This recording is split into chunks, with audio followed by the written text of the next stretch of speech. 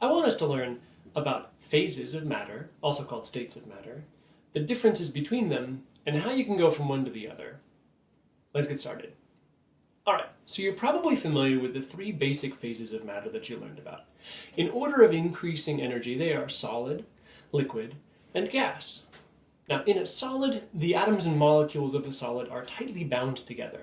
They have some motion because they have some temperature, and temperature, anything above absolute zero, means that the molecules have some kinetic energy and are therefore moving. So in a solid, they vibrate back and forth and they jostle around, but they're pretty much locked in place next to each other. That rigidity means that solids keep their shape and they keep their volume. So if you put a chunk of ice into a different container, it still looks like a chunk of ice. It doesn't change shape just because the container changes shape.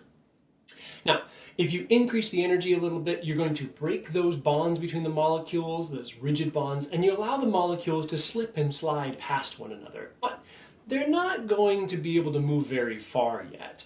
So they can move a little bit faster, a little bit more energy, a little bit higher temperature, and now they can slip and slide past one another, which means that they are not locked into a rigid shape. So now we're at a liquid, and liquids are able to take the shape of the container you put them in.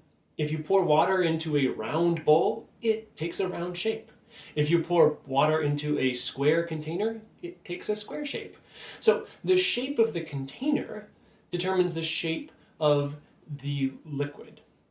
Now, but the volume of the liquid is still pretty fixed, and for most materials, water excluded, then when you go from a solid to a liquid, you become less dense. The molecules are moving around a little bit faster, and so they take a little bit more space in between each of the molecules. More spacing means that there's a larger volume for the same mass, which means a lower density. So for most materials, the solid will sink in the liquid form. But for ice, that's actually the opposite. Solid ice, or solid water, ice, is actually less dense than liquid water. And so solid ice will actually float in liquid water, which is kind of nice.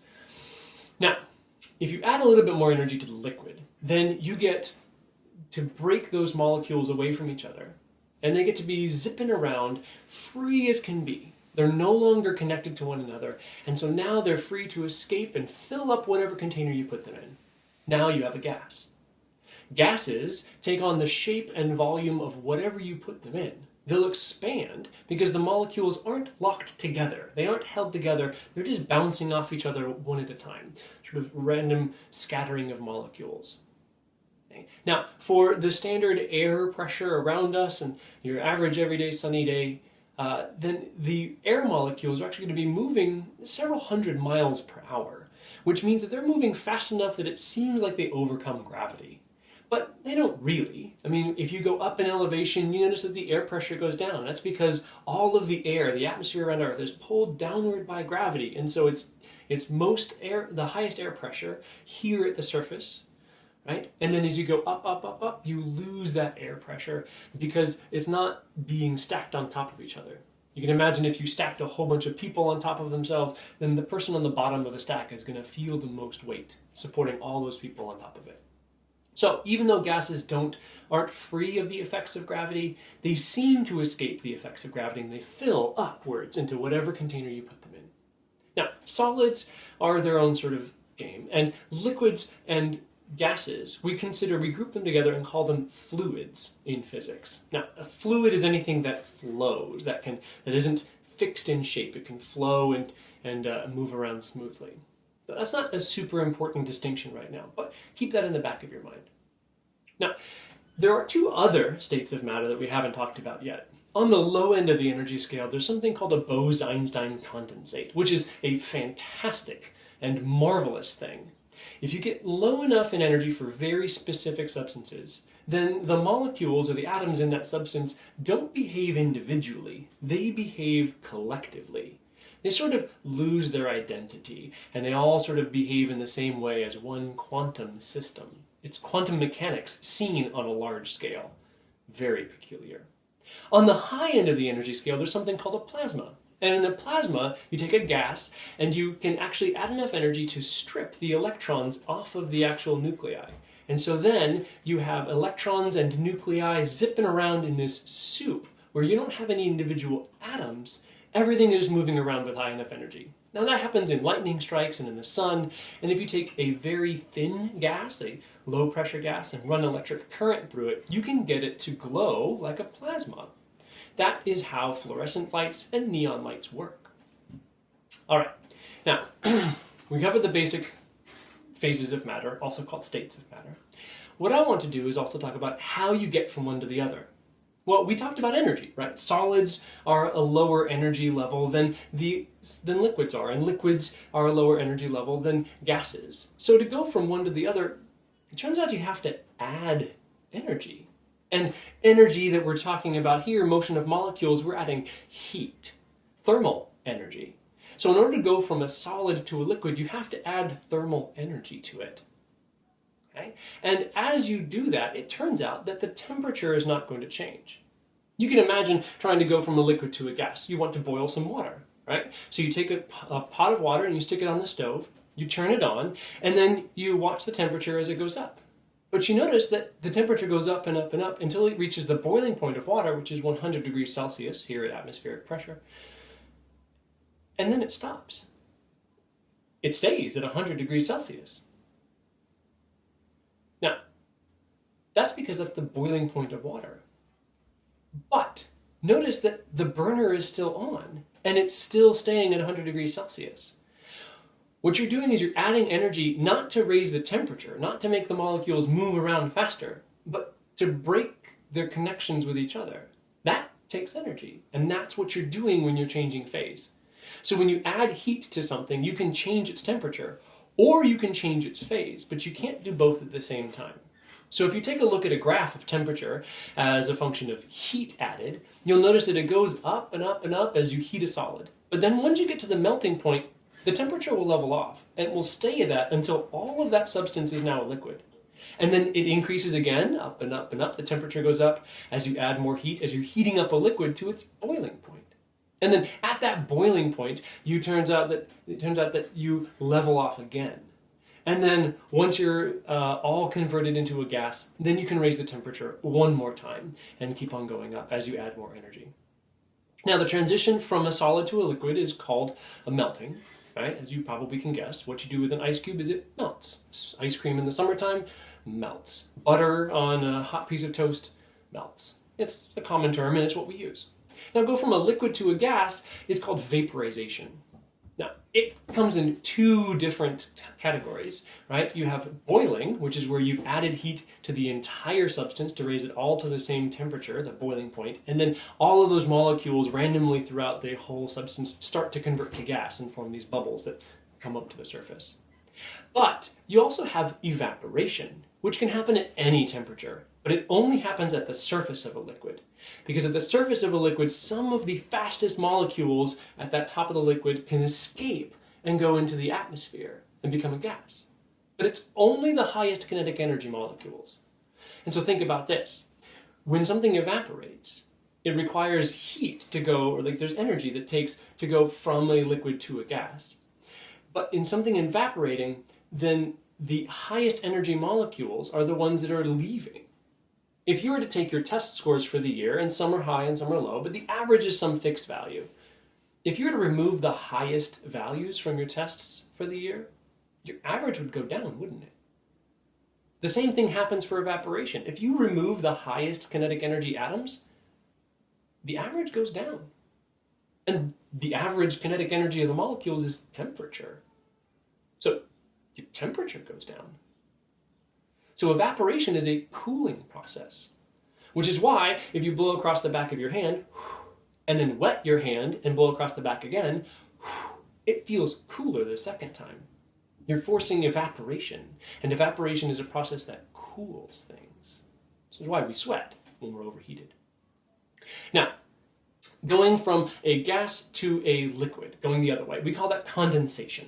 So condensation, you can see that if you were to blow on a piece of glass, right? So just breathe on a piece of glass, you can see condensation forming. In the summertime, you have a nice cup of iced tea, you got some drops that form on the side of your glass. That's water out of the air that hits the side of the glass is cold, and so it transfers thermal energy, heat, from the water in the air to the glass. But that means the water in the air, which is gas, loses energy, and so it becomes a liquid.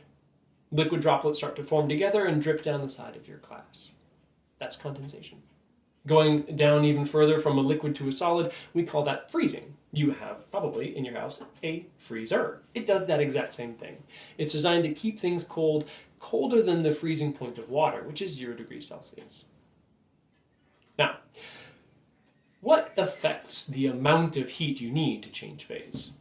Well, if you have an ice cube, for example, it takes a certain amount of thermal energy, heat, to convert this ice cube from ice at 0 degrees Celsius to water at 0 degrees Celsius, right? To go from the solid phase to the liquid phase. It takes a certain amount of energy. But if you had 2 ice cubes, it would take twice as much energy because you got twice as much stuff. So the mass is the first thing that affects the amount of heat energy that you need in order to cause a phase change. The other factor is the material. If I were to take ice, say 17 grams of it, and if I were to take coconut oil, say 17 grams of it, so I have the same mass, and put them both in water that's about 20 degrees above their melting point, we notice that the coconut oil melts faster. It takes less heat because of less time it's spent in the hot water or the warm water for the coconut oil.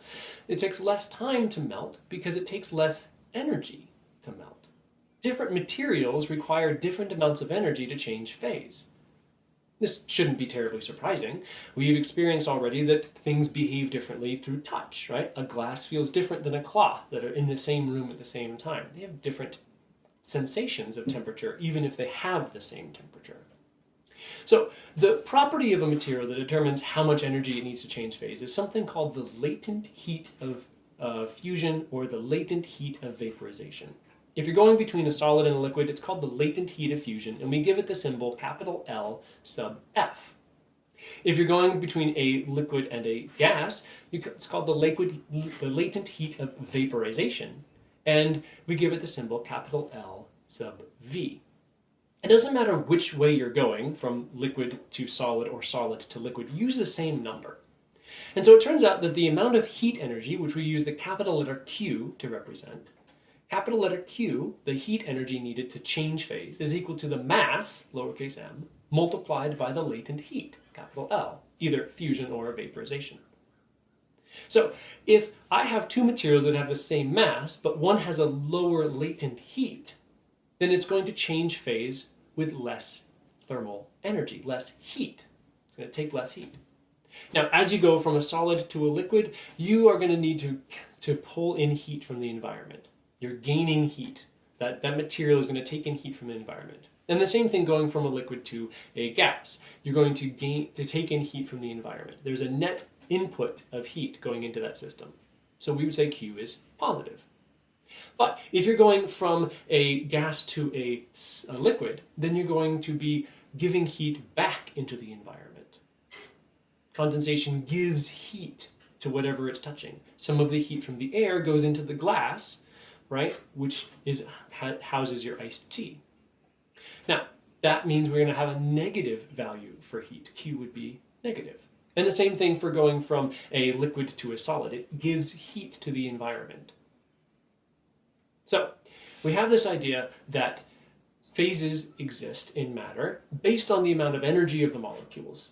Now, the energy and the behavior of the molecules is determined by the amount of heat that you give them. If you give it more heat, you can change phase. The amount of heat required depends on both the amount of stuff you have, the mass, and also the property of the matter you're talking about. That would be the latent heat.